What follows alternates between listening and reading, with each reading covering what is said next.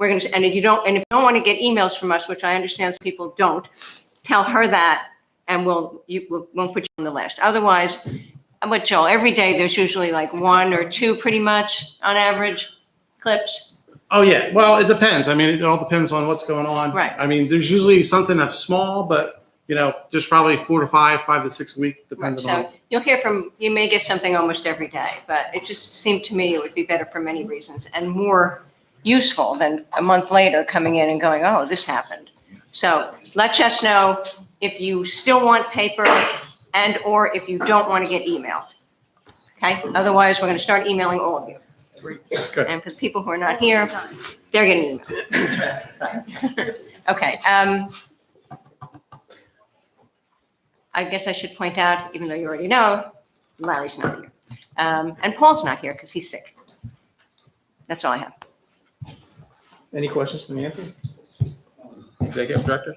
I don't have set the order, so Susan can report on that. Nancy, I did have, I want to thank you for staff and yourself coming up with the idea of emailing that possibility, because we probably all spend time looking for articles, and if Joel's doing most of that work for us, that's wonderful. Thank you, Joel. If you're finding Yeah, both me and Paul, usually that's the first thing either one of us will do in the morning is search and see what's out there and get an idea of, what's, in the paper. So that saves us some time. The other thing I wanted to just touch on is the management report and the item in there about the Kirkwood Cohansey. I think at the end of the month, there's going to be a stakeholder Yes. a meeting. I think with 24 people. It's on her list. That's going to be the first thing I was going to mention. All right. Well, Susan, please, that's your segue into. We're moving forward with the draft policies and standards and ultimately rules that we've been discussing for a while now with the P&I Committee on Kirkwood Cohansey and water supply planning. We've met with DEP, we reported that, and that was DEP and USGS and NJGS and a whole room full of people. I think that was in October or November. So our next step we thought would be to reconvene a larger group of, I'll call them stakeholders for lack of a better term, but MUAs, municipalities, purveyors, nonprofit organizations, people that we know are interested in our process and our policies.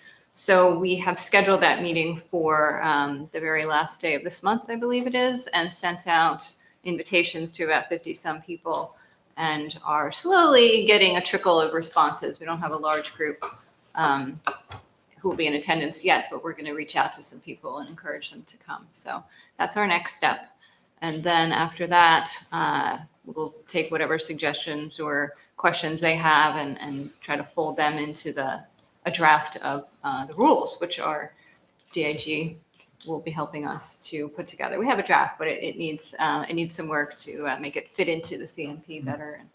And so that'll be. So this is coming soon. concluding like the 8-year process? It's been quite- Is it only 8? I'm pretty sure it's more than 8. Okay. But yes. So it'll be a big accomplishment. To get that Excuse me, done. Susan, is it possible to get a list of the stakeholders? Sure. Thank you. Yeah. You want a list of who we invited or a list who's actually coming? Or both? Both. Okay. Okay. Yes, absolutely.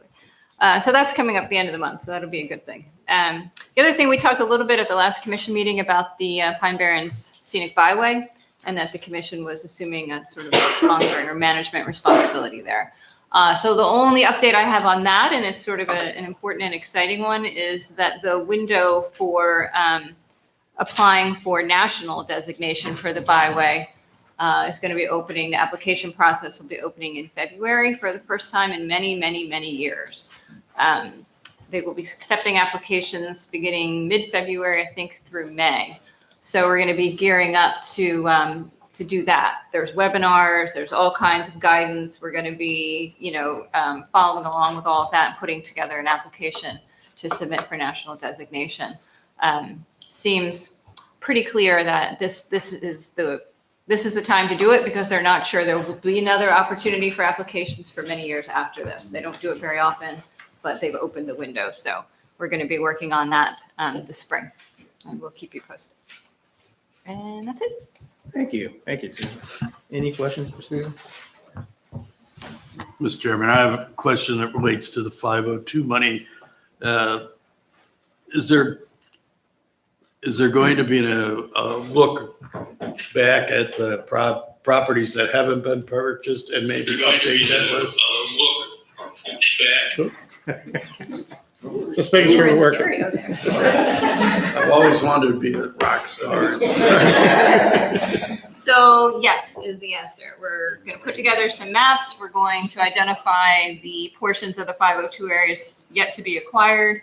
We know generally how many acres that is. It's somewhere between 12 and 14,000 acres that are remaining.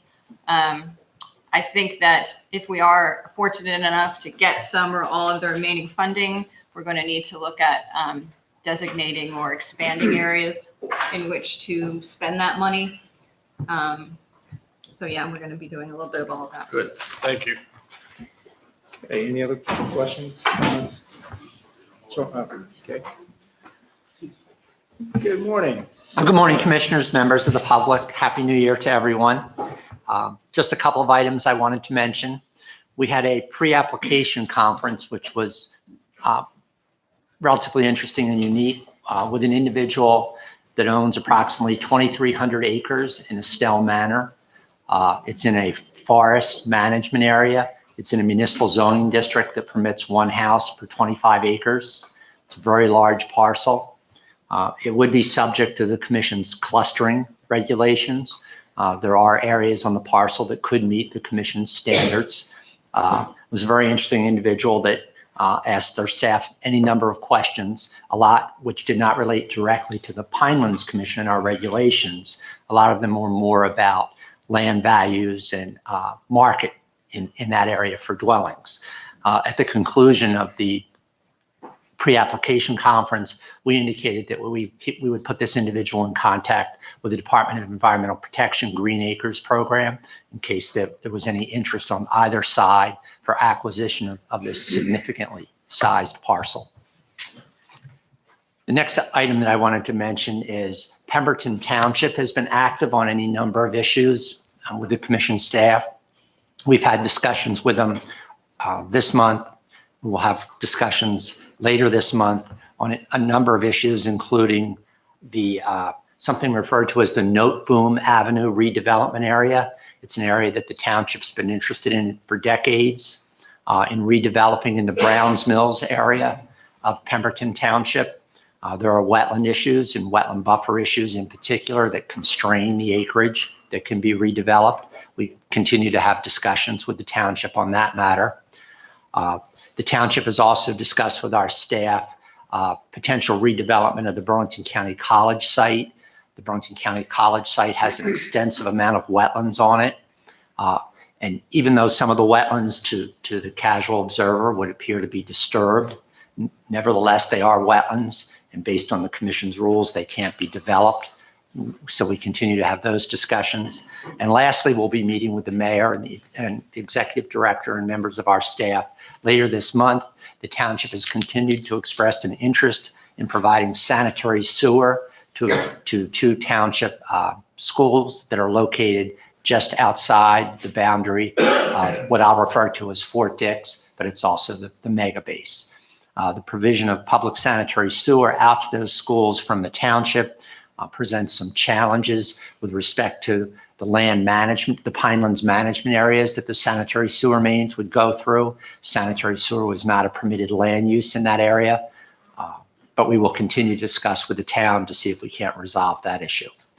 And the last item I just wanted to note was we do continue to work with an applicant in Bass River Township.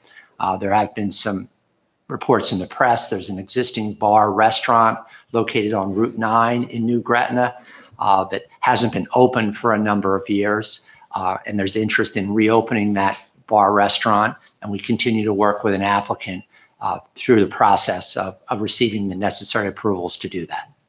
That's all I had to report. Thank you. Chuck, any questions? Chuck, on the Burlington County College site, how many acres is the site? And there's a lot of uplands there too. So do you know the breakdown between uplands and wetlands on the site?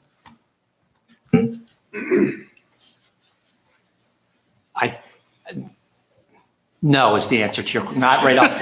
Right. I could guesstimate, but no. I do think there are extensive amount of wetlands. I don't know whether Mrs. Grogan knows the answer to the total area of the college through the discussions for redevelopment plans, but I'll be glad to report back at the next commission Yeah, meeting. I don't know offhand. I think you may recall that the commission did approve a redevelopment plan for the college site late last year. Wasn't too long ago. So we have a lot of numbers in there, and they adopted a plan that calls for mixed use and townhouses and apartments and commercial and a whole variety of things. And in theory, the density, based on the densities they permitted and the size of the site, there's significant development potential there if they stay within the current, impervious surface and footprint. The acreage isn't springing to mind right now. But And frankly, that's what drove my question. I thought there's a large amount of space there to develop. right, as long as they're redeveloping what's already developed, yes, they have room to do quite a bit. Thank you. Thanks, Joe. Any other questions for Mr. Horner? Yes, Chuck, what this relates to Bass River?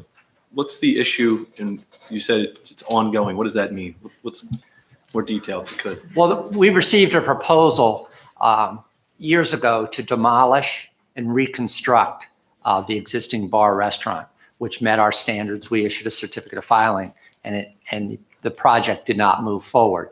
An applicant currently is proposing that demolition and reconstruction of the bar restaurant. And we've worked through a number of issues, particularly it's a small lot, very small lot with the bar restaurant served by sanitary sewer. We've moved through those issues, and we've asked the township to make a determination that the existing bar restaurant, that what's being reconstructed is just a continuation of that use. And that is a determination we think the township can make, but it's up to them to make that determination. Did I answer your question? Well, if a certificate was issued some years back, was the use, how did that change? How does the use change between what the certificate of filing issued years ago and today? Well, the existing use was a bar restaurant, and it had an apartment dwelling unit on the second floor. The current application is proposing to have a bar, primarily a bar with some component that'll be a restaurant. And the commission staff wouldn't try to insert itself into making that determination. That's a township's determination of whether what the applicant's doing constitutes what's referred to as a change of use. And it wouldn't be appropriate for us to make that call. I mean, we have an opinion, but we wanted the township to make that call. Okay, thank you. I think the project should be able to move forward. Okay, any other? question on the Estelle Manor property. Do you anticipate a significant amount of environmental constraints on the 2,300 acres? Yes is the answer to that question. But the issue of clustering will address most of those. If the applicant determines that they're going to move forward with a residential project, our rules require that they cluster each dwelling on a 1 acre lot, although it's zoned one house for 25 acres. So in theory, that means, and these are round numbers, that they would be building 100 houses on 100 acres, and they would be setting aside the balance of the approximately 2,200 acres would be set aside as permanent open space. So yes, there will be challenges, but I think they could meet our standards. Thank you.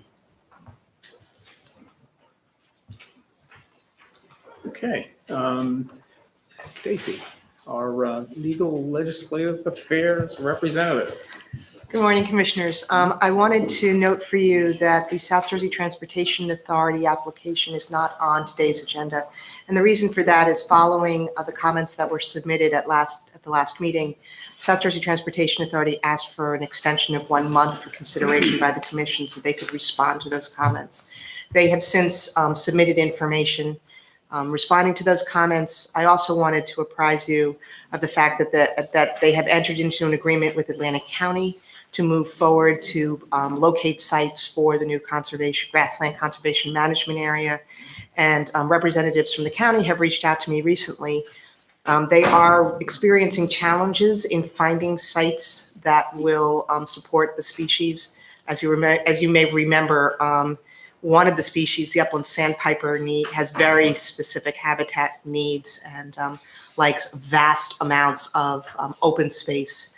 So that is creating a challenge for them. And one of the things that they wanted, that they asked me, quite frankly, was whether or not in looking for properties, the commission would consider properties that were located outside of the Pinelands, but proximate to the Pinelands area, so PNR.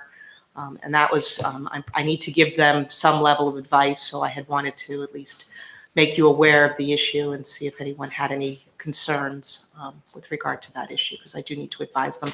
They're planning on going out to start looking at properties the end of this month. Are you asking us now for that input, or is there? Yeah, if you don't mind, I am actually asking for general input. Stacy, what does the letter of the agreement say? The agreement says that they need to locate a specific site.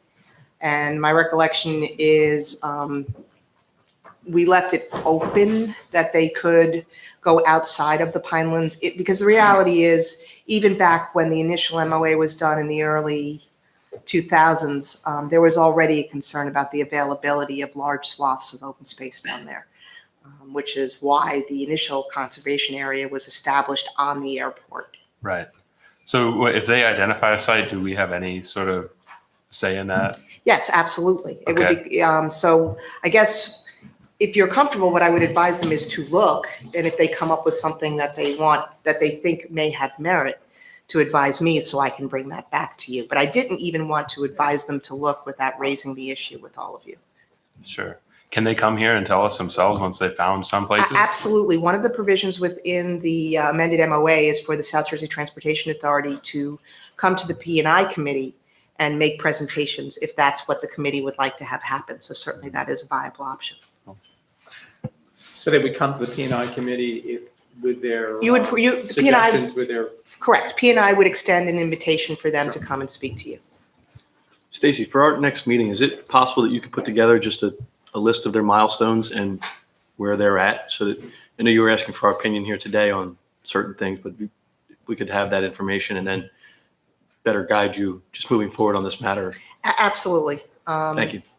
And to just so you know, the materials that were submitted demonstrate compliance with many of the issues that were raised by the public at the last meeting there. Their monthly update reports are in there, copies of the agreement that they execute, the resolutions that they executed, and then with the Atlantic County for the land acquisition is there. They notate that they put money aside for the acquisition, those sorts of things. But I'll be happy to put together a summary list for you. So Sean, would that mean that whatever comments we have today about whether the property's in or outside of the Pinelands, maybe we're holding that off until the next? No, I would still still advise them to start searching because they're not gonna move forward without us blessing it anyway. But I think that, our last conversation, there were many milestones that we were talking about. Have they hit X, Y, and Z? And we didn't want to give them any further approvals until we were comfortable that they had met some of those. So I think it Whole was better. comprehensive picture. Yeah, exactly. Right. And those, Thanks. commissioners, that will be presented in the executive director's report on the public development. I'm not discussing the public development application per se. I only want to discuss the amended MOA with you at the moment. The concern there obviously is the time constraint. They have 3 years from the execution of the agreement to actually acquire the property.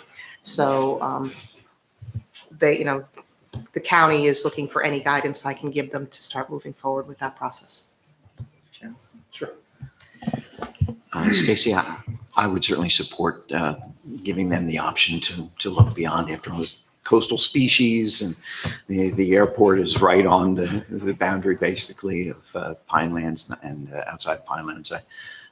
Hopefully there will be a way that they can find a spot that's nearby and yet provides adequate habitats.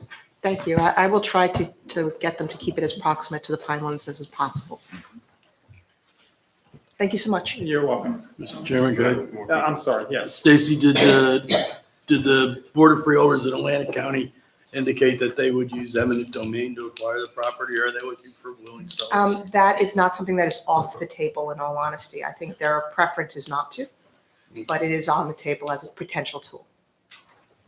And I I also don't really care that it's strictly within the Pinelands area, as long as it meets the criteria of habitat that we're trying to increase rather. Jordan? Could you remind everyone what happens if they don't find something within the time frame? There is a provision within the agreement that allows for an extension of time to find land. If they are unable, even with that extension of time, to find a suitable parcel, to create the habitat, then there is an obligation to provide money to the PCF in order to allow for land acquisition to preserve the species. I'd certainly be interested if the public has any thoughts on this matter during public comment to express their opinion. Yes, Ed. Stacy, in direct response to your question, I'm certainly open to going outside the Pinelands. I think we should set up some criteria that says, that this is an extraordinary action for the commission to take, and that we don't do it as a routine. But if that habitat can't be found within the Pinelands and can be found in close proximity, we should certainly keep that door open. Thanks. Okay. All right, great. Thank you, Stacy. Nancy, anything else? Sure. Just want to let everybody know the registration's open for the 31st annual Pineland Short Course. I gave you guys all brochures. If you folks would like to sign up, just really let me know and let me know what courses you'd like, and I can take care of that. If you have other family members or friends that want to go, they'll need to go through the regular sign-up process. But if you have any questions, please let me know. This year we have 42 courses in total. About 20 or 22 are new, depending on how you describe a new course, with a good, anywhere from, say, 7 to 10 that are really focused on climate change and sustainability. So we've really kind of focused in that direction this year. And we're looking forward to another great event. Again, this will be our 31st, and it'll be our 7th in a row with Stockton down at their facility in Galloway. What a huge accomplishment. How many of these have you, should I say, orchestrated over the years? This is my 17th. So more than half, which is been a long time coming. How many spring? We've done 3 springs. Summer. So we'll have a summer short course will be our 4th, and that's July 14th, 2020. That's wonderful. The only other thing on that same note is in April, we're going to bring back again our Pineland Speaker Series here at the office. And we'll start up with that in April. We had some in the fall, and we'll wait till after the short course. And then in April, once a month, we'll have a speaker here at the office to talk about a variety of different topics. Generally, we're shooting for like the 3rd Thursday is the date that we usually look for those programs. I have to say that the speaker series that I attended probably a year ago or 2 years ago, whenever it was in full throttle, were really well attended, and the information was terrific. We're really trying to kind of get people more used to come to the office to see the exhibits and learn about the Pinelands is really what our focus is. Thank you, Joel. Any questions for Joel? Okay. Yeah, welcome. Apologize for my lateness. I ran into some traffic, but Yeah. I'm here. You got a ways to go. All right, Nancy, that's good? Good. All right. So we have a resolution that has 4 applications on it that's up next. And let me just review them. The first application is for Hamilton Township Board of Education. It's for the installation of 300 linear feet of sidewalk and rubber surfacing of 3 existing playground areas at the Joseph C. Shaner Memorial Elementary School. The next application is for public application is for Franklin Township, and it's for the construction of 853 linear feet of wooden boardwalk and associated recreational improvements at the Piney Hollow Preservation Area. The third application is at Eastham Township, and it's for improvements to the Braddock Mill Road Dam at Union Mill Lake. And the last application is for the town of Hamilton, and it's for the installation of a 830 linear feet of 3-inch groundwater discharge pipe at the Boyer Avenue wastewater facility. And that was a situation that was an emergency situation. I don't know, I think it was January or whatever. This, I think, concludes that. So Chairman, I'd like to move the adoption of the resolution. Thank you. Thank you, Mark. Thank you, Sean. Okay, are there any questions or concerns about any of these applications?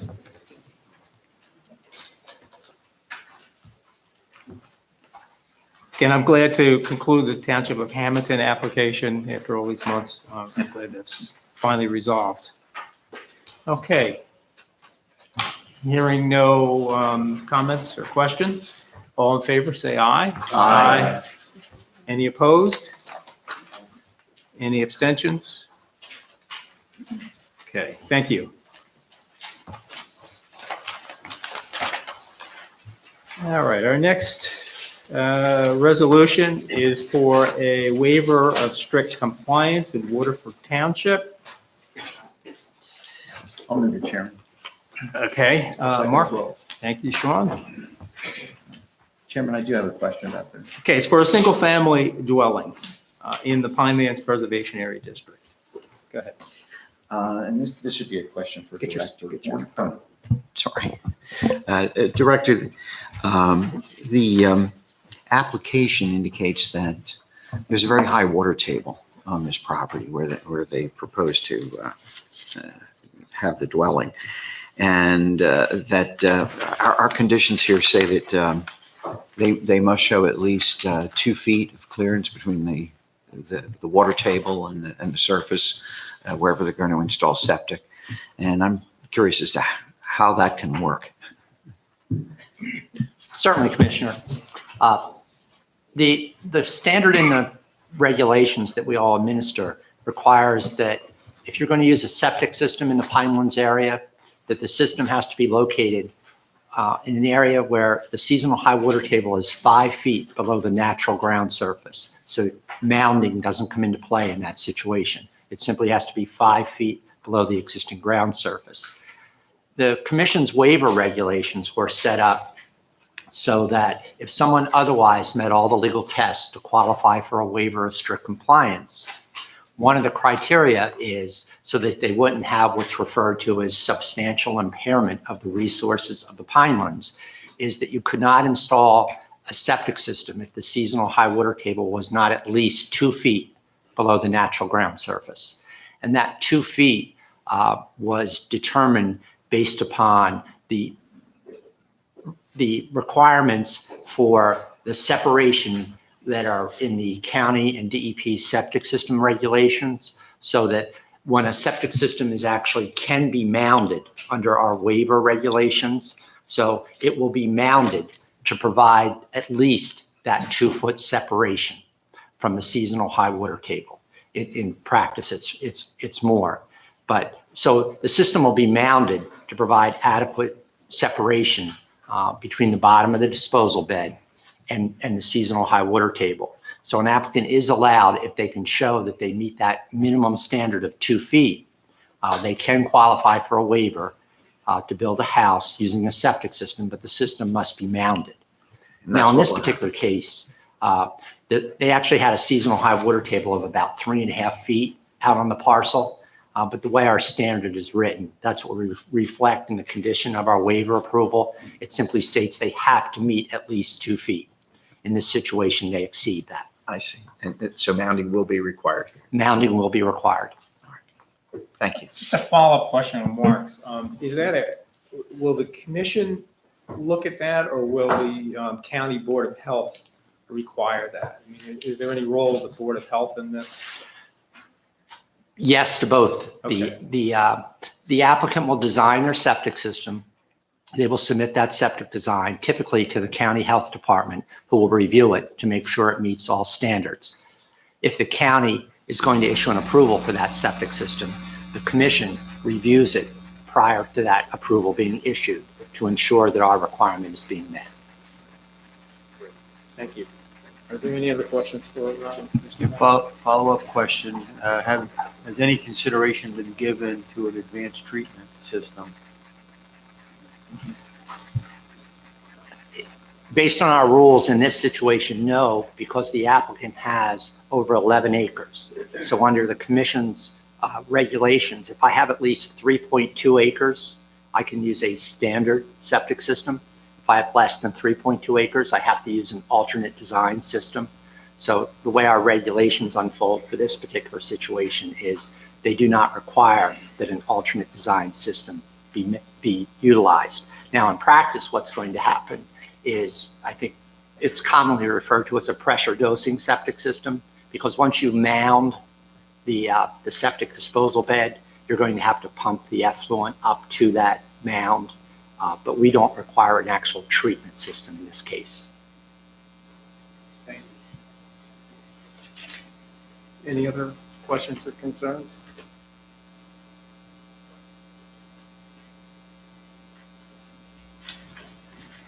Okay, Ron, there's none. All in favor, say aye. Aye. Any opposed? Any abstentions? Thank you. All right, now for public comment on the applications where the record is not closed. There are two applications which the commission will receive public comment on, welcomes the public to comment on. The first is in Ocean County. It's a forestry project at the Wells Mills County Park in Barnegat Township. The second is for a waiver of strict compliance. It's a single-family home in Manchester Township. Okay, I'm now going to put a meeting to the public. Would anyone like to come up and comment on either of these applications?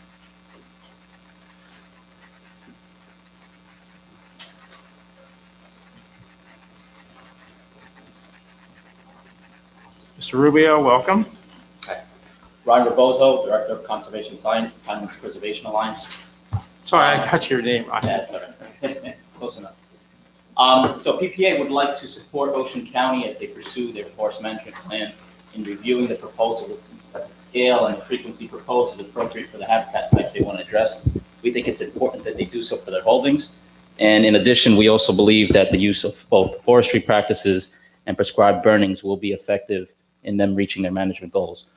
That being said, when reviewing the proposal, there are inconsistencies throughout that make it difficult to do a proper review in terms of understanding what the current conditions are in these proposed stands, as well as what the final result of management will produce.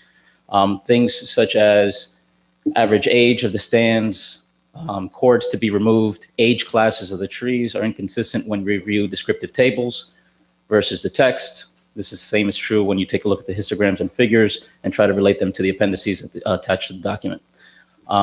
These inconsistencies also extend to their review of some of the rare species that came up during the Natural Heritage Program database reports. There are several species where the rare species portion of the proposal says there's no suitable habitat located in the proposed areas of management, but then when you read the stand descriptions, anyone who's familiar with the habitat affinities of these species will know that's not necessarily the case. So clarity on some of these inconsistencies will go a long way in helping to review these types of proposals. The same is true for some of the figures that are placed within the proposal itself. The stand descriptions do a good job of laying out the age classes and the size classes of trees in these stands. It also outlines the cords of wood that are to be removed from these stands. But what's not clear and what's missing is from which age classes will these cords of wood be coming from. And that's important because that can really change the stand dynamics. That will really change the growth projections. And if the idea is to set these stands on a trajectory for the future, these are the kinds of information that are helpful to make those determinations. So again, we're very much in support of Ocean County doing this project. We hope it gets on the ground sooner than later, but there are things missing from this report that make it difficult to do a proper review of what the expected outcomes will be. So I do have a letter from myself and also Dr. Emil DeVito from New Jersey Conservation Foundation that outlines some of these concerns that we'd like to make available to the commissioners. So thank you. Very good. Thank you.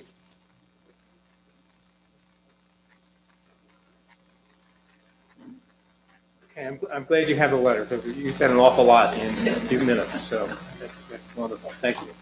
Are there any other commenters? Ms. Birch. Good morning, Commissioners. Happy New Year. Ryan Gregg, Pinelands Preservation Alliance. I'd like, if I could, to take the opportunity to make some comments about the South Jersey gas pipeline, since it looks like this is the only. For these two applications. Yes. Will there be an opportunity for comment before the vote today? There will be. It doesn't look like there will be opportunity for public comment. I think there are a number of folks in the audience today that would like the opportunity to comment. Thank you. Okay. As long as it has to do with the two applications. Hi, Margot Pellegrino, Medford Lakes. Hi, Margo. Good morning. Hi. My comment, it's specific and also general. Regarding these applications, I think one was also a single home dwelling. I don't understand, from what I've seen on the website for the Pinelands Commission, there hasn't been any, I know there was going to be a new advisory body or a new committee on climate change and incorporating that.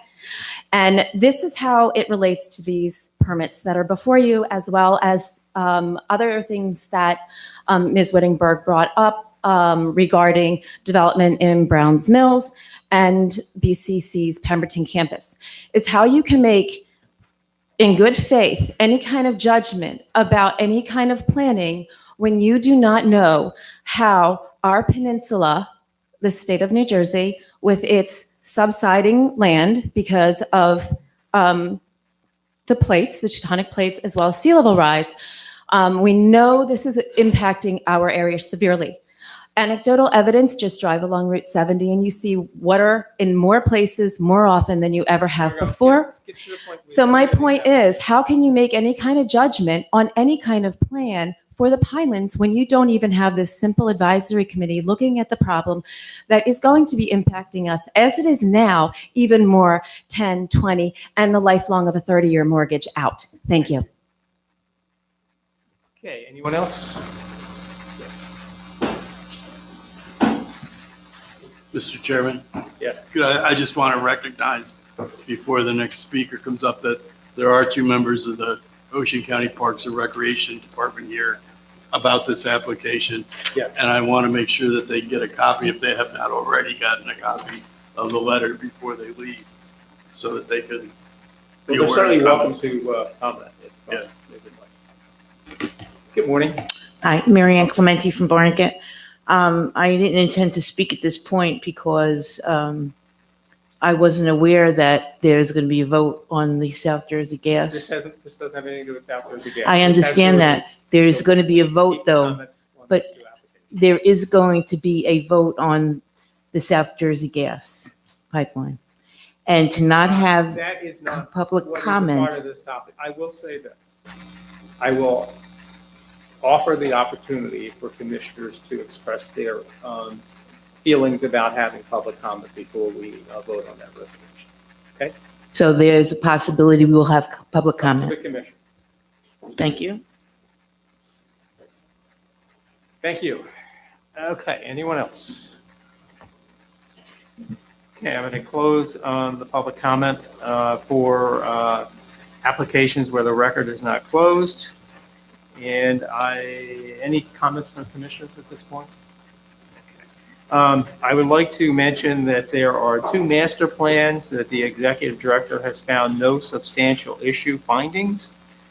They are both from Little Egg Harbor Township, ordinance 2019-04 and 2019-09. Okay.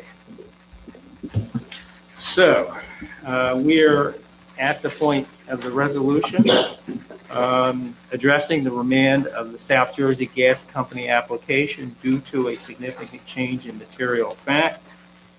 We have had one public comment session on this resolution. It's up to the commission as to whether you'd like to open it up to the public for a second comment. For the record, I'm recusing myself from this matter because I recused myself from the original application, and I will leave the room until summoned back.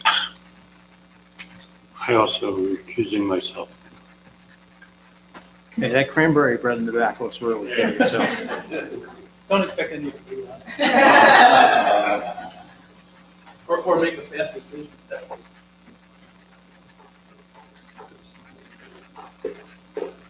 Mr. Chairman, you asked the question, I'll answer. I'm completely fine if you want it to open to public. It's really your call. I know this has been out there for a while, so I know the public has opined on it. many, many times, but ultimately I'll heed whatever advice you do as you leave the commission. So, Thank you, Mr. Earl. Commissioner Earl.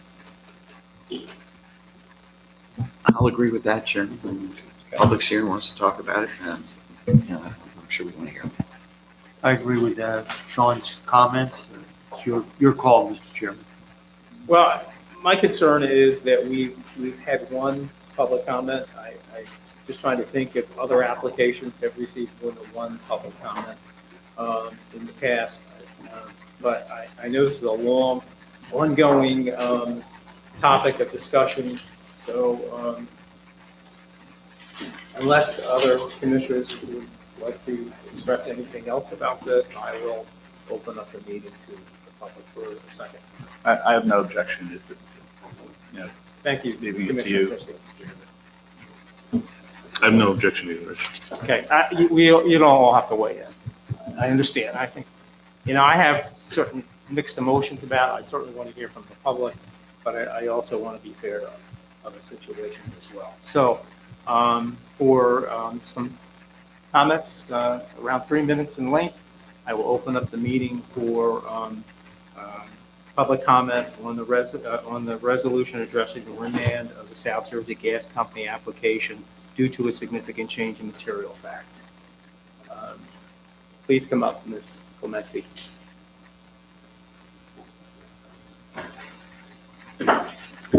Mary Ann Clementi, Barnegat. There's two resolutions involved in this. There was one from March and April. There's one resolution. Right, but there was one in March and April that seemed to have been deep I think six. they're all the same resolution. They're very different.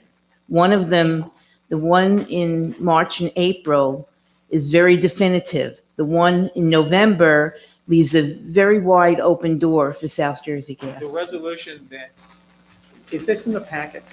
Yeah. It is in the packet. No, it's the same one, but there was a change made. And now they're But- The commission agreed on some change in language. It's been the same for months. Mr. Chairman, this is the resolution that's in front of us. This is what we're going to be discussing today. So that's what And we're it's moving. also the only one, I believe, that was provided for the public. I mean, any other. I have copies of two resolutions. So this is the resolution that is on the table, on the agenda at the moment, and this is the resolution that we are going to consider today. So is the resolution, because I don't have a copy of what your packet includes, is the, It should be the only resolution that the public has. that, It's But- been out there for, I believe, this is the third meeting. all right, so is it the resolution,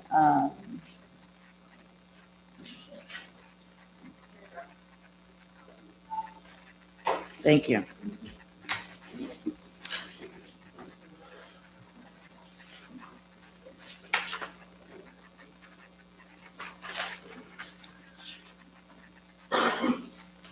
Mr. Chairman, this is the resolution the commission modified. This is part of it. Yeah. So it was modified from the original one from March. Well, I'm not sure from March. I can imagine it's been modified from March, but this is the resolution that was available for the previous public comment, and it hasn't been changed since that time. And I would say, what is it? It's January, December, November. I think it was released around October. Does this does this allow South Jersey Gas to come back and still violate the CMP? As far as the way I understand it, any applicant, any individual can come back to the commission under any circumstance. Please correct me. That's a right that everyone has. All right, thank you. You're welcome. Yes, Mr. Tittle.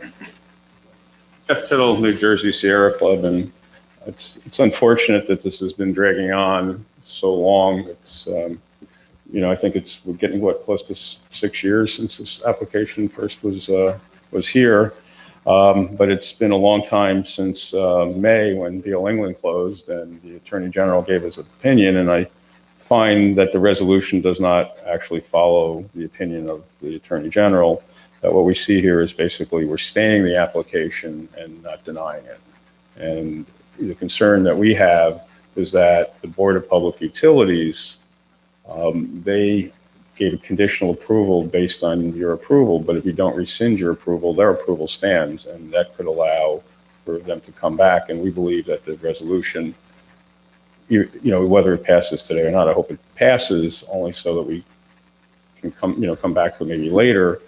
But our concern is that by only staying it, it allows them to come back, and we believe it should be dismissed with prejudice because it cannot meet the CMP under its current form, and that it would then allow the DPU to withdraw. Otherwise, we may see another application. So I know we're in a tough position here because there's supposed to have been some appointments made, and it doesn't look like it's going to happen, unfortunately. But I would really hope that you could change it to a denial because I think it would make the most sense. Thank you. Thank you, Mr. Devine. Anyone else? Yes, Ms. Gretchen.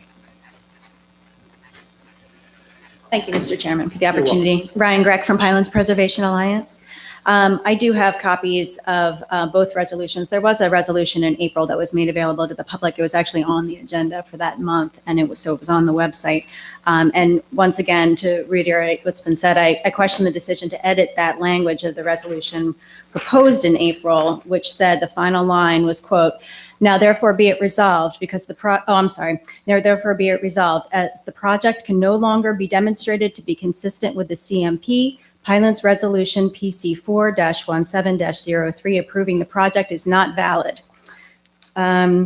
Clear, concise, unambiguous, irrefutable.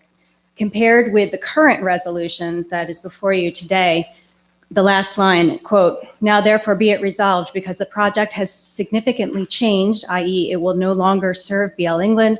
The submitted application no longer addresses the forest area public infrastructure standard of the Pinelands CMP at NJAC 7:50-5.23 B12. As a result, South Jersey Gas may not proceed with the project." Why not state that the resolution granting the approval is invalid? Why not, as a government agency, strive for the maximum amount of clarity and efficiency? Why not save yourselves the time that will be spent in the future clarifying what this resolution actually means when you can do it now? The public is tired of this pipeline. You must be tired of this pipeline. You can make the decision to definitively end this by making the facts clear. South Jersey Gas project is not consistent with the CMP, and that resolution PC 4-17-03 is invalid. Thank you. Anyone else? Ms. Pellegrino, welcome back. Hi, Margot Pellegrino, Medford Lakes. I don't understand why we're revisiting this new resolution. I really like the original one, and it seems like there's a lot of support for the original one. And I think also looking back at how this 6 years was it really 6 years? This whole process back during the Christie administration, when Van Drew was quoted in the press as saying he'll do everything in his power to get this pipeline, blah, blah, blah. The only person we have left that has an interest in this pipeline in our current administration in Trenton is Sweeney. And he right now is upholding or preventing any kind of vote for another appointee that you guys desperately need. As you know that many times commissioners aren't making meetings or in a timely manner. And we desperately need to have a quorum that is, in order to operate, right? And so it's really frustrating to see this come again with a kind of like a little open door. And I really urge you to think about whether you really want to vote for this resolution or just wait until you have another commissioner seated. And also, now that it does also kind of make you wonder about the whole initial push for this pipeline, since BL England is no longer here and it's no longer on the table. Why would you keep this open for a pipeline, this kind of pipeline? Thank you. Thank you. Anyone else? Okay, close public comment on this resolution. Commissioners, do you have questions or comments? We haven't had a motion.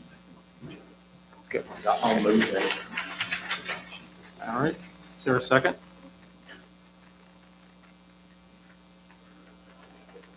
Is there a second for the motion?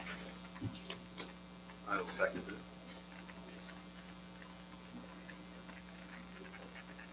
Okay. Got a second? Open up for discussion? Yeah, the public rightly notices that there were two different drafts, and there has been a change in the language. The language that's before us today is language that was reached by a consensus majority of the commissioners, as Commissioner Avery mentioned. This language that we're voting on today was not my original preference of language. I would like to see something more definitive. However, I will point out to the public, as I state, that I am going to support this resolution because I do believe I've been saying for months, we need to respond to the court's remand order. We need to take action. And I'll point out the phrase that is in the now therefore clause of this resolution that says the submitted application no longer addresses the forest area public infrastructure standards of the Pinelands CMP. I interpret that to mean that this application is inconsistent with the CMP, and therefore it cannot pass. That language satisfies me that this application is invalid under the CMP. So I support the resolution. I hope that my fellow commissioners will do the same so we can finally bring this matter to a conclusion. Thank you, Chairman. You're welcome. Anyone else? I'd like to make a Jerry? statement. Sure. I'd just like to let everyone know that I have reviewed the South Jersey Gas application, including the executive director's recommendation report dated February 17th, resolution PC 4-1703, and the proposed gas line route. I believe I have sufficient knowledge concerning the application to render an informed vote on this resolution. This resolution complies, in my opinion, with the court order to remand the matter back to the commission to reconsider approval of the project. This resolution preserves due process for all stakeholders. This resolution identifies substantial changes to the project and further identifies that South Jersey Gas has not provided an application which currently and correctly identifies the scope of the project. In my opinion, the project violates the condition of the resolution of approval, which specifically identifies special conditions of the executive director's report of February 17th, 2017. Therefore, in my opinion, the project no longer complies with the CMP, and therefore I would vote in favor of the resolution. Thank you, Mr. Chairman. Thank you. Thank you, Jerry. Jordan? Yeah, so in addition to this resolution, there's been a letter sent from the executive director to the applicant, as well as a letter from the Attorney General's office expressing an opinion about the validity of the project.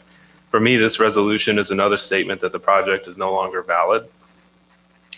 The language in the resolution reflects what is currently feasible for us to say and do as the CMP is written, not as we might wish it were written, or perhaps should be written, but as it is written. The public needs to keep in mind that the commission cannot act outside of its own rules, even as weird as the process for this particular application might have been. So I'll vote for the resolution as the best possible outcome at this point in time and in fulfillment of our obligations of the remand decision. Thank you, Commissioner Al. Sorry, I don't have prepared notes. I don't think you need on them for months. Sitting on that. I've been very vocal both in closed session and publicly with the group here about my feelings on this application. I do agree based on what I've heard and what the staff has reported back to us about how this application has changed. And I do believe the applicant does need to resubmit if they want to move forward with this project. However, if this resolution is the best that we can come up with, I agree with the public and many of our fellow commissioners that this resolution does nothing. It does not rescind the application. It does not terminate it. It does not revoke it. Even if it did, I would not be in agreement with passing a resolution today. I think it does an incredible disservice, and it is something, a precedent we should not set for future applications. This body should not be in the business of passing resolutions to rescind and revoke applications from its applicants. That has consistently in this commission been the responsibility of staff and the executive director. The executive director has issued a letter to the applicant along with the attorney general regarding this matter that is stronger than this resolution that we're passing here today. That's what would happen to any other applicant that came in front of this body. For that reason, I will not be voting in favor of this resolution here today. Thank you. I want to say that I'm going to call for a roll call vote. And especially if you're opposed, if you vote negative, I've been advised by the Deputy Attorney General that you should give some kind of an explanation as to why you may or may be opposed to the resolution when we vote. Are there other questions? I want to ask, why is that the advice? I mean, on a different, I want to make sure we're following the same process we've always followed. Why are we doing anything different than we've always done?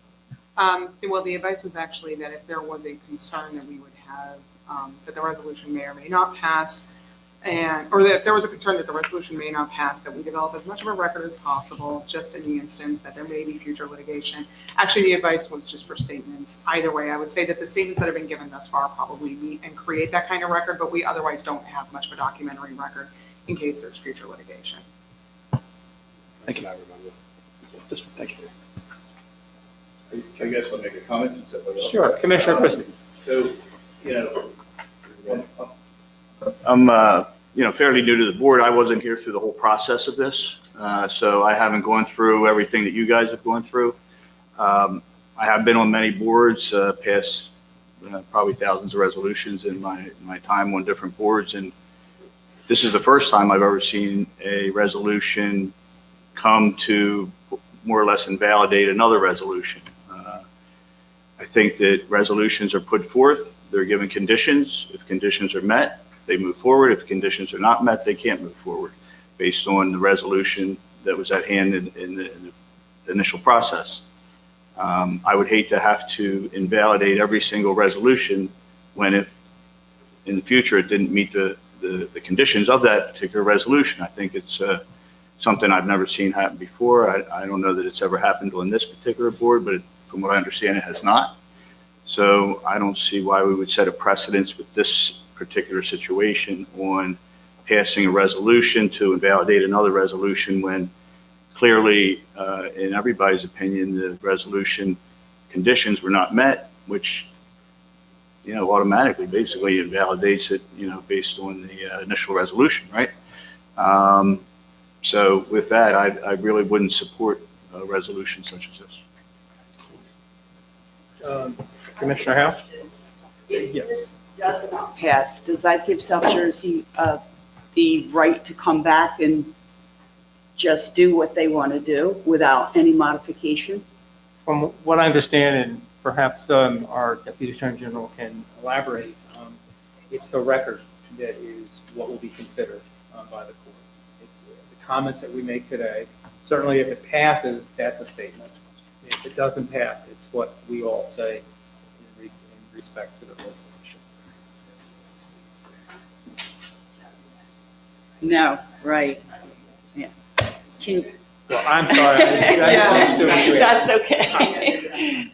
Yeah, unfortunately, it is a bit of a CMP procedural issue. You are also asking a legal question. So if the commission wishes to receive legal advice on that, we need to go into closed session so I can provide that legal advice. So if South Jersey Gas decided they wanted to do a different project now that BL England is out, they would have to come in with a new application because the project has changed. That's the answer. They can't say, oh, we're just taking this piece off and start going. No, they'd have to come in with a new application, or I guess, Chuck, they could amend their application, but they'd have to come back in. They have to come back in? Absolutely. There's no way they could do this without coming back in with BL England off, out of the picture. But Nancy, they would start from scratch again. It'd be the number, starting from phase one and moving through the whole process again? Yes. Yeah. So The either process way, that- whether it passes or doesn't pass, they have to come back in. Yes, they do not have, yes, because their application was dependent on BL England. Without BL England, they have nothing. They would have to come back in. That's not legal, that's our process. That's the CN. Stacy, do you have anything you'd like to say? Christina and I were just having a discussion. I mean, what Christina's concern, I think, is that they could proceed at their own risk, but in essence, act in violation of the CMP. And if we were to do that, we would run into court and seek to an immediate injunction to stop them. Stacy, anybody could do that anytime. Yeah. Absolutely, Right? I mean- precisely. They've had the approval since, they've had the approval, they could do it. But they've been put on notice by the executive director that it no longer Yes. conforms with their approval. That is correct. They were put on notice by the executive director through a letter that there had been a change in circumstances with regard to the application, and they cannot proceed. Mr. Chairman, I want to be clear on a point. It's actually been 6 years to the day that we voted on the MOA, that the commission considered the MOA. That MOA did not pass because it was a tie vote, 7-7. That represented final agency action on that MOA. So today, regardless of the vote, whether this resolution passes or not, it's going to be considered by the court as final agency action. Is that correct? Well, I think what you're saying, Commissioner Avery, is under the bylaws of the commission, it takes 8 affirmative votes for the commission to take an action. In the absence of 8 affirmative votes, the action does not proceed and is essentially just dead. Can I, you had something to say. I was just going to read for Commissioner Janarone's clarification, the final paragraph of the letter that got sent to South Jersey Gas in March of 2019. As you must agree, the approval granted by the commission was based on and specific to the particular project proposed. Since the factual basis for the commission's approval has substantially changed, that approval can no longer be justified, and South Jersey Gas will need to make a new application to the commission for any new or amended project through the Pinelands area. Thank you. So I'm glad that you went first, because in hearing that, I feel like part of why I would vote for this is the same reason why we might vote in favor of a resolution that says, thank you to Commissioner so-and-so for your time on the commission doing such, it's not, we can have a resolution that's a statement of something that's maybe commonly felt as a commission, but it doesn't always have to be some sort of like binding action. So what I'm trying to say is we had this order that was remanded back to us with the expectation that the commission does something about it. So for me, I agree with what you're saying about precedent, about passing a resolution that cancels another resolution. I feel uncomfortable with that too. This resolution to me meets our obligation under having something remanded to us while also kind of reconfirming Nancy's previous letter, the Attorney General's letter, and I think what most people recognize is a substantially changed project in the first place. So, the last paragraph of this says basically what Nancy's letter says, but in the language of, I think, kind of commission speak that you'd find on a resolution. I think that it actually makes sense that it doesn't use the word invalidate, rescind, retract, revoke, anything like that, because that seems like a legal nightmare to say that. We don't say that on purpose. I think the resolution acknowledges the material changes to the project while also kind of meeting our obligation to finally do something that was remanded to us. I'll just respond just a little bit, is in that based on Nancy's statement, that regardless of what happens here today, they're going to have to reapply or amend or submit a new application, whatever it may be. I'm not willing to set a precedent by this body passing a resolution such as this to as you said, to cancel, or as Commissioner Christie said, to cancel out another resolution. I don't think that that's something we should get in the practice of doing here, regardless of who remands it back or whatever. I think that Nancy's letter holds today, and it's stronger than this resolution, and I think that's obviously where I'm going to stand, but that's how I think the commission should stand as well.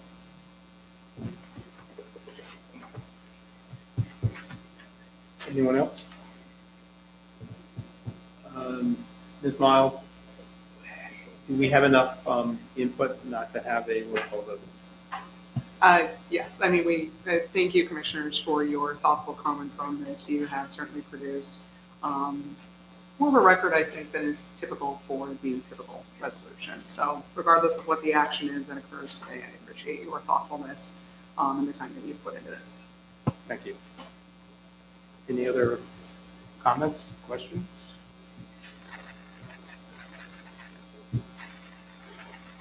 All right. Well, here's the time. All in favor, say aye. Aye.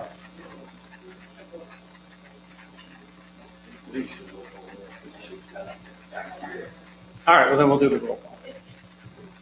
We won't do the roll call. Okay. Let's do the roll call. Okay.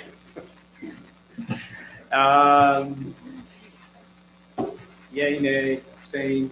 Commissioner Avery, No. Commissioner Christie, No.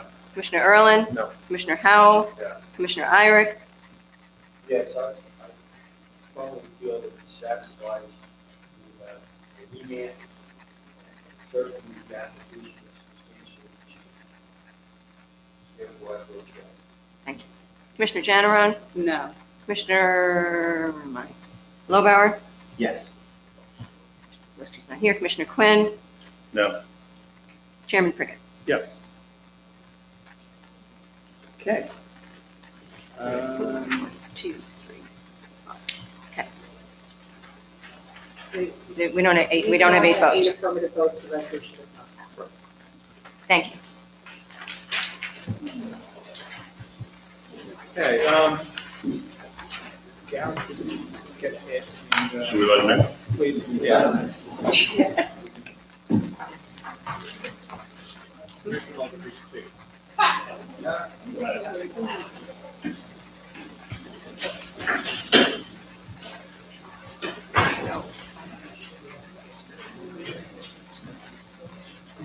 Welcome back.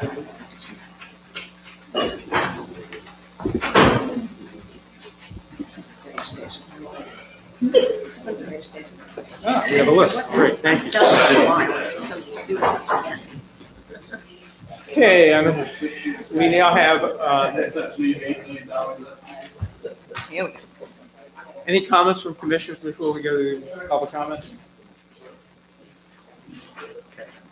Okay, I'm going to open the meeting to public comment, and the first person to come up is Mark Demetrio.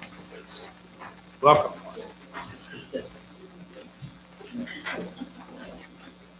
Thank you for the opportunity. Mark Dimitrov, Richland. I live in a little Pinelands village called Richland. And about 9 months ago, I was in a conversation with Mr. Horner and asked him to answer 3 questions, sent him and I've been waiting and haven't had a response, so I'm going to send this out to you. The questions are on the back and supporting information is on the front. This is about redevelopment in my village. This is the prototype for redevelopment in the Pinelands. Are you familiar with redevelopment and where it really was first invoked? It's actually from 1963 when the jetport was supposed to be built in the Pinelands. It was Senator Hap Farley, when working with us with the New York Port Authority, first invoked redevelopment to justify putting in the jetport. Today, it's being used in Pinelands villages. There's 47 villages that encompass about 26,000 acres. And the idea is to turn them into priority growth zones, or now they're called secondary primary growth zones. The questions I have are pretty simple to just kind of figure out where we're going in my village with redevelopment, because with it, there's certain investments that come in. It comes in with sewer and water. It comes in with eminent domain. Basically, it says that my village is blighted. So I do take some offense to that. An update on these 2 stormwater basins that you required for the village to be in compliance. They failed. The first basin. It's the second time we've had a stormwater basin 13, which is also a septic system. We've been charged for it, but it was never built. And so I get a little frustrated. This is the second stormwater infrastructure that was supposedly built in my village.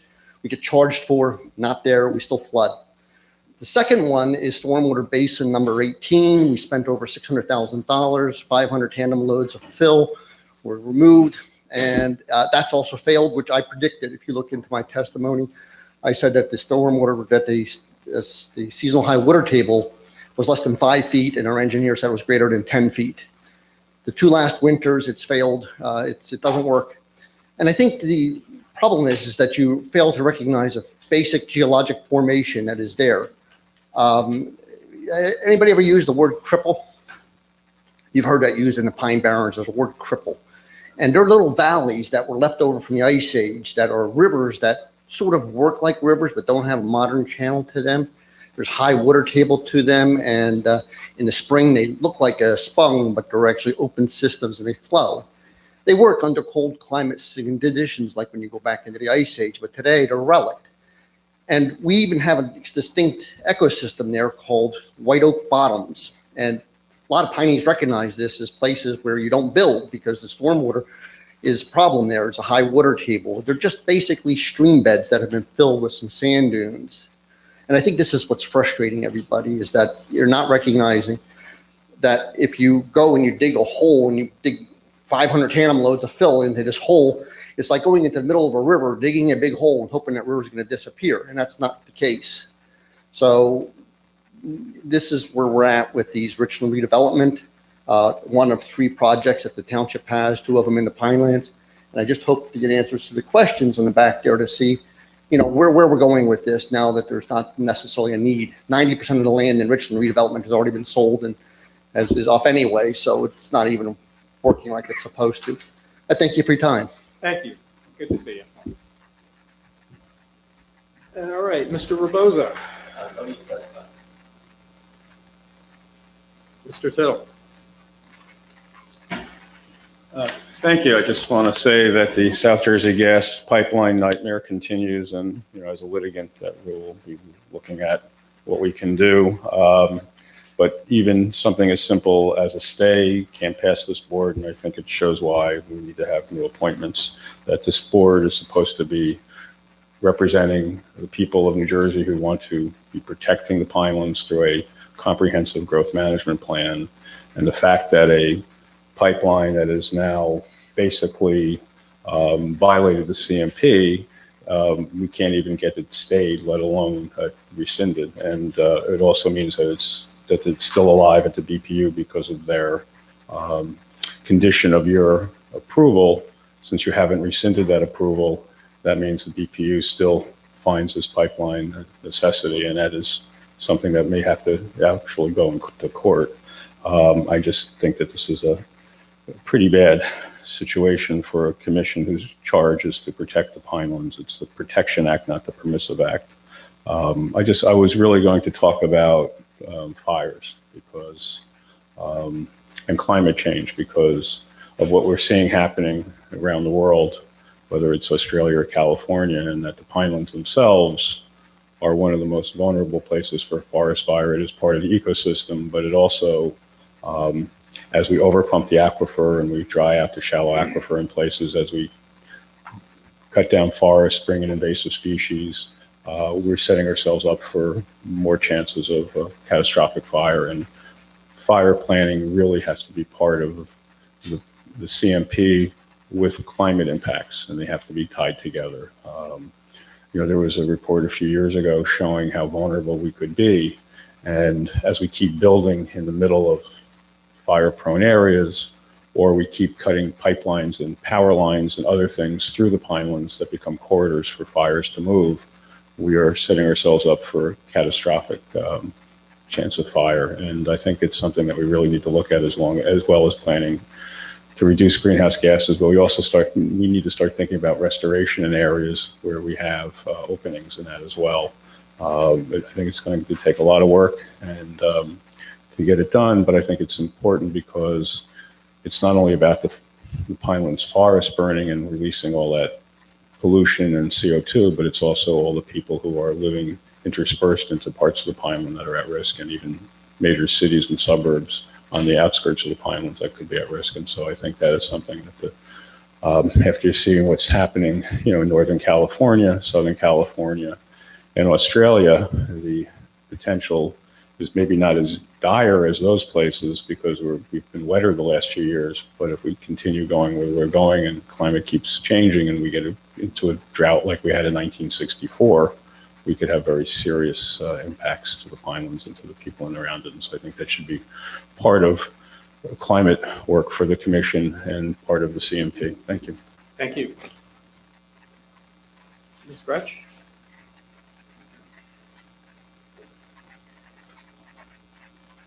Thank you, Commissioners. Ryan Greck, Pinelands Preservation Alliance. With regards to the South Jersey Transportation Authority, the notion of looking for suitable habitat for threatened and endangered species outside of the Pinelands.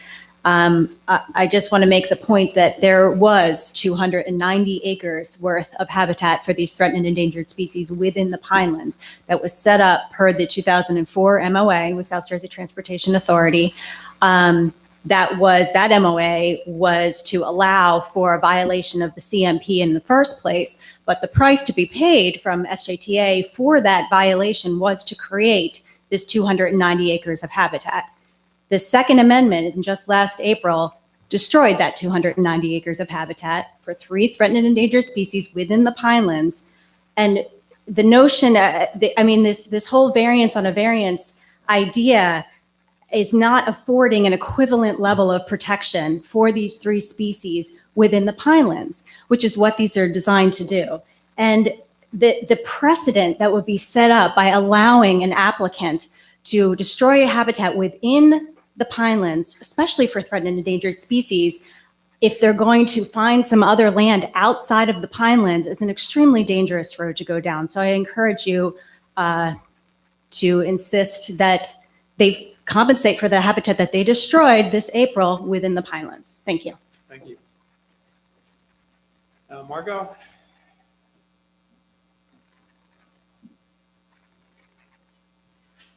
Welcome again.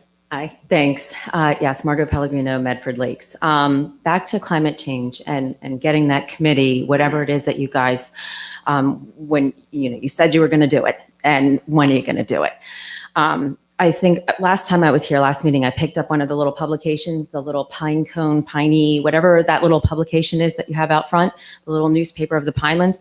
And it talks about a historic house that has all these historic documents in Vincenttown that has to be moved, that the flood insurance, the federal flood insurance program is no longer going to cover. Okay, this is just one example. Then we have, look downstream at Pemberton, or in Pemberton, where the road is, that whole bridge is being redone. I mean, we've had little bridges all throughout our area, throughout our Pinelands area and on the fringe. We're now addressing infrastructure problems because of flooding. So this is nickels and dimes and lots of big dollars. And we really, really, really, really, really need that committee up and running and applying looking at science and finding out how we can change or adjust the comprehensive management plan to really take into account climate change. Personally, in my own home, after we had the dams whacked out in 2004, I live on Upper Etna in Medford Lakes. This wet spot that we've always had in our unfinished part of the basement disappeared after the dams left. Of course, once the dams were put back in, we got our wet spot back. So to me, that shows like outside, inside. You've got your lake and it goes away, but you've got your lake rising up again and your water table rises. Okay, so what is happening in our peninsula where we have sea level rise on one side and we've got it also sea level rise on the inside, on the Delaware, because that's a tidal body of water. And like I mentioned, just drive down Route 70, see where it floods. This is 70 outside of the Pinelands. Okay, South Jersey is a swamp for all intents and purposes. I love it. Yes, my husband said we could move anywhere after the kids go to school. I want to stay here. There's something very special about it. I am also a stakeholder. So when you guys talk about that Kirkwood Cohansey meeting with just stakeholders, how come the public's not invited, or at least representatives like Jeff Tittle and Ryan from the Pineland Preservation and Sierra Club? Why aren't some people also invited to I would like to know who's going to that stakeholder meeting, because as a taxpayer, as well as a user, I'm a stakeholder in the Kirkwood Cohansey. Thank you. You're welcome. Did you want to address the stakeholder? I'll just say that the 50 that I mentioned or so that were specifically invited to the meeting included representatives of PPA and some other nonprofit conservation organizations. So it's not that we were only inviting water purveyors or municipalities. It's a broad range, which I'll be happy to distribute. Which is typical of the commission. I mean, that is part of your process, right? Yes, and we'll distribute the list. I would also like to respond to the Pemberton Borough Bridge. I think, Margot, you were talking about that's being replaced, I believe, by the county. That is the third metal bridge that has been put in place over the years. And I just want to say, the old one that was replaced was wrought iron and it was rusting and it needed to be replaced. I'm not sure that, it was because of climate change it needed to be replaced. I think it's because of its age. But from the historic perspective, I'd like to say that this bridge is what's called a bowstring bridge. It has a hump on both sides that support the roadway. And that is similar to the first metal bridge that was placed there around 1900. So I'd like to maybe thank the county, the freeholders, that maybe had that in mind to do a historically correct bridge for the borough if they did that. So, sorry, it's not my turn to talk, but I just wanted to reply. Yes. Only because it's been mentioned a couple times. I think it should be clarified for the record that the Climate Sustainability Committee has been formed. It's met multiple times. It's been incorporated into the Policy and Implementation Committee because it's the same members on those two committees. We've charged the staff with putting together speakers, initiatives. A whole agenda has been put together. So maybe folks haven't been paying attention or haven't been looking at the website, but it's out there. We are meeting, and I appreciate the chairman for continuing that process. Thank you. It's progressive, yes. And I think we're making some headway. I didn't see it on the website when I've been looking. Yeah. We had a speaker, I believe it was 2 meetings ago, that after the commission meeting, that did a great comprehensive job on things that we could do. So thank you, Margot. Ms. Clemente, you have.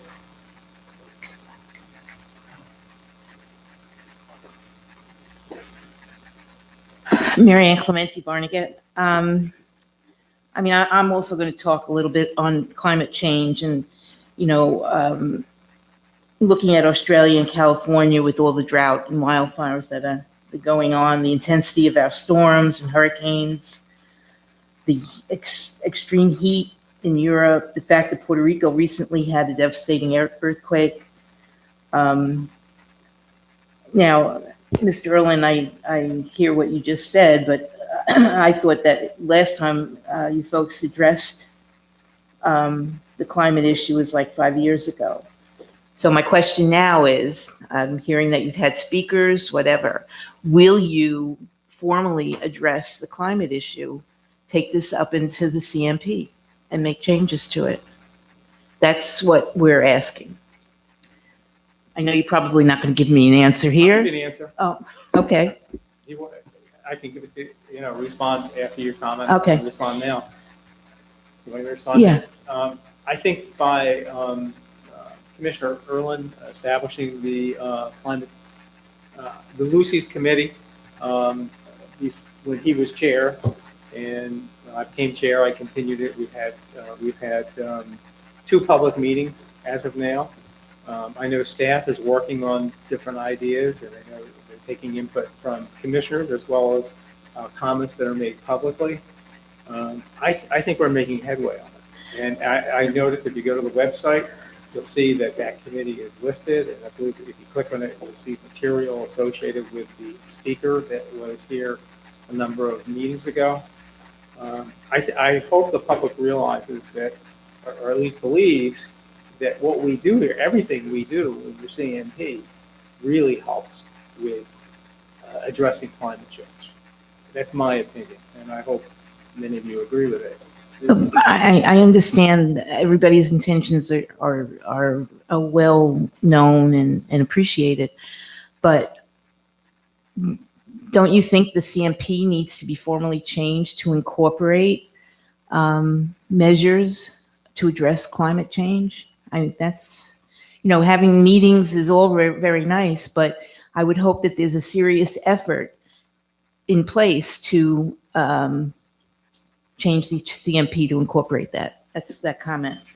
The second thing I wanted to talk about is I am devastated by the fact that we have 5 extremely qualified nominated people as commissioners, and Sweeney seems to think he has the power and authority to just hold these up.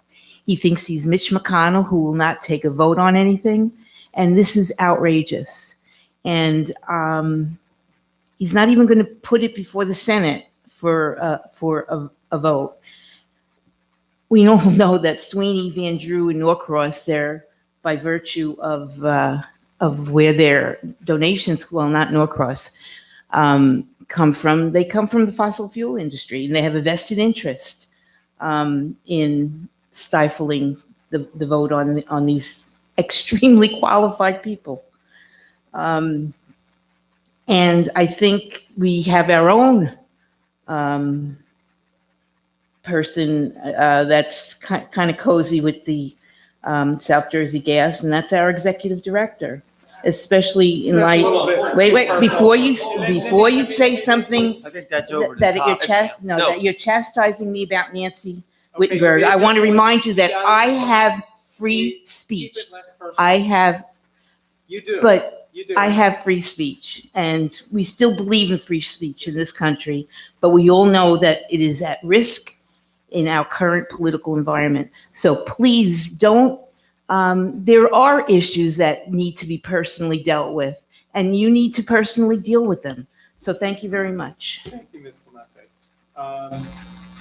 Mr. Chairman, Sean, you'd like to- I want to first comment on that. We cannot have members of the public taking shots, especially unsubstantiated shots, at our staff at all. And if it happens again, the meeting's over for me. I'm out. So I'm not going to sit here and tolerate that for the staff. They work too damn hard for everybody up here and for all the employees here. It's just not going to happen again. On the other comment that I wanted to make before, and I don't want to speak for you or for the other commissioners, but the goal of the Sustainability and Climate Committee was to make recommendations to make changes in the CMP. So yes, that is the goal in my mind. And if you disagree, you can disagree. I agree. We were going to come together with solutions and recommendations to improve the CMP as it relates to climate change. So, thank you. Thank you. Mr. Avery, or Yeah. Commissioner Avery? Mr. Chairman, I just wanted to let the public know that by my count, there's at least 6 sessions at the short course that deal with Pinelands and climate change. So if you're interested in that issue as it affects the Pinelands, feel free to attend those sessions and look forward to hearing what the conclusions are. But there are, it isn't like we're in a vacuum here. We're all aware of climate change. And as Commissioner Irwin said, the whole purpose of the committee is to get some kind of agreement on changes to the plan that addresses within our jurisdiction, within our authority, what the commission can do with climate change in the Pinelands area. And this is one thing, just spreading education and knowledge is an important aspect of that, in my opinion. Commissioner Avery, I don't know if you remember, but with the speaker series, there were 3 last year, and I believe the second had to do with climate change. So that was one that staff worked on. The executive director, I guess, initiated the speaker series or okayed the speaker series. So that was one that staff handled. And as I said before, there have been 2 public meetings with the Lucy's committee as of now. Were there other comments? I'd just like to agree with Commissioner Irwin and Commissioner Avery. I think we are all working towards producing changes to the CMP. And frankly, I don't believe this forum is the place to take personal shots at any of our staff or any of our commissioners. Thank you. Any other comments? I would like to say that I think we're all in this together. The public has a role, which you've expressed at public comment by saying, do more, do more. You looked at this, you looked at that. And we listen, and staff listens. And I try to avoid getting personal about all of this. We all deal with things the way we see them. And I would appreciate that we all give each other that respect. Yes, there is, you have a right to say pretty much whatever you want, but as chairman, I have to try to limit personal attacks against anyone, against fellow commissioners, against staff, against public, and I would appreciate your help with that. Let's continue with public comment. Mr. Horner, do you want to address anything at this point? There was a mention about, Mr. Dimitrov mentioned that you hadn't gotten back to him. Would you like to address that at this point? I do remember having an extensive conversation with Mr. Dimitrov about an ongoing question that he's posed to our staff in a number of different forums about the commission's role in redevelopment plans, and also the question of who's responsible for redevelopment plans. This has been an ongoing discussion with multiple different staff members. And I indicated to Mr. Dimitrov in that conversation that it's not the commission's role, nor do our regulations provide, that we are actually reviewing the redevelopment plan per se, that we review the redevelopment plans that are prepared in the Pinelands area for consistency with the Pinelands Comprehensive Management Plan standards and the zoning standards therein. So the commission's role in redevelopment plans is almost identical to any zoning ordinance that's proposed in the Pinelands area. The commission staff reviews it for consistency with our standards and brings it forward to the commission for consideration for its approval and certification. Thereafter, I received a rather lengthy letter from Mr. Dimitrov, and I need to check on the status of that as to what questions were being posed in that letter, but I'll be happy to report back next commission staff meeting.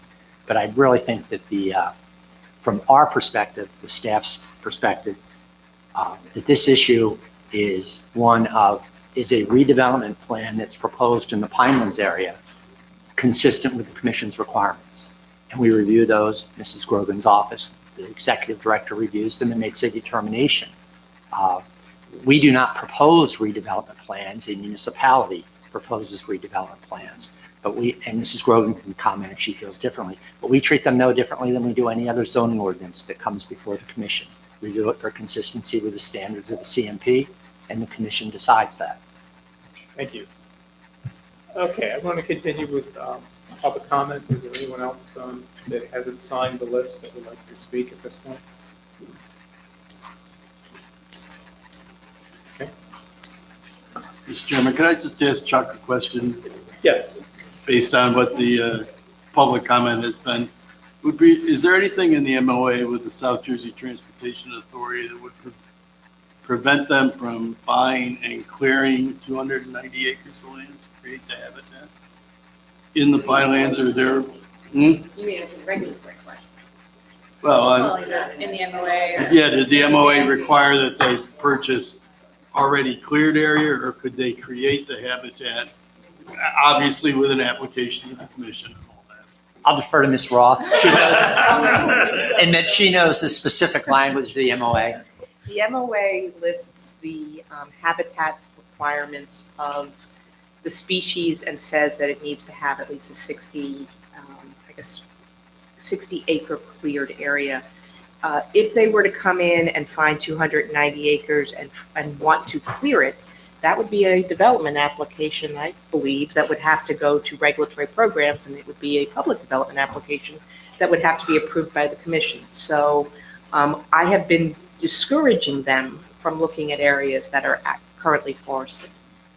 I'm not advocating that they do that, I'm just, you know, the concern is that the close proximity to the existing area that was disturbed. It would be an option, but it would require approvals from this commission, and I'm not sure sacrificing potentially one species for another is the way this commission would want to go.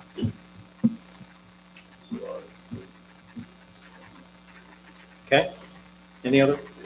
Okay, public comment still open. Did I call you yet? No. Hold on. I would just. Come up to the microphone. Margot Pellegrino, Medford Lakes. Thank you. Since you're connected to the internet, can you pull up the Pinelands Commission website, please?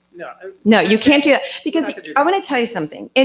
Before 2020, in 2019, I looked for the meetings for that land use, sustainability, and climate change.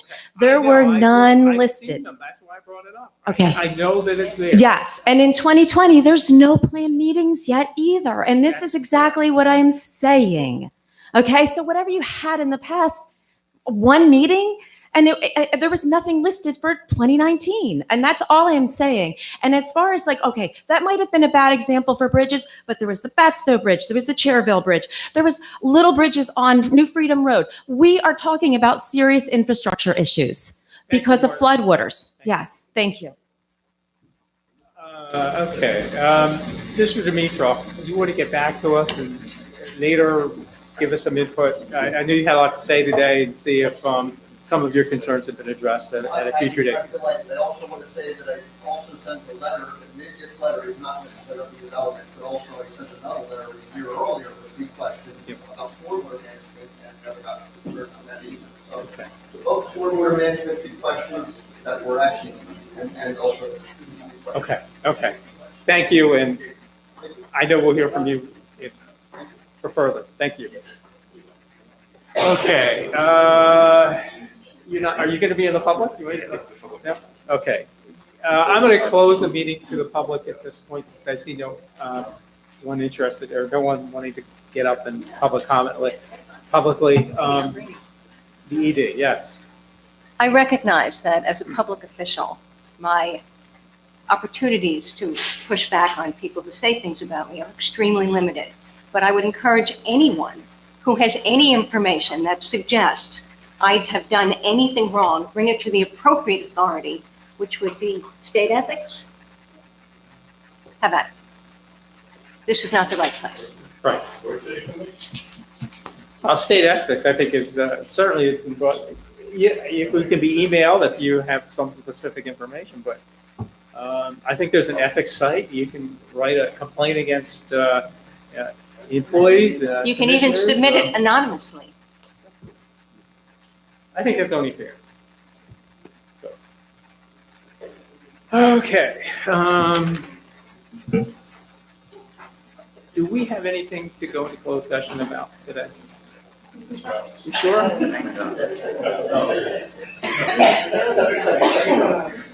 All right. Commissioner comments. You want to be a commissioner today, Mr. Ward? Go ahead.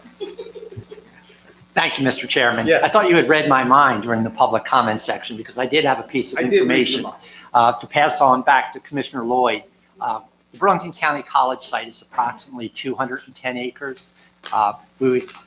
Based on available mapping, approximately 50% of the site is in fact wetlands. And as Mrs. Grogan had indicated earlier, some of those wetlands had actually been developed prior to the commission in 1981, and they can redevelop existing developed areas. Thank you, sir. Staff, anything else? Commissioner comment. I don't. Only thing I would say is, again, just to mention that there's a lot of these short course folders out here. I think in the foyer. Now's the time to sign up to make sure you get the selections that you really are interested. 31st annual. This is a terrific opportunity to learn more about the ponds. And I know I have more to say, but I'm not going to say it. So, motion to adjourn. I'll make that motion. Second. Okay, and Bill, you seconded it? Okay, all in favor? Aye. Thank you.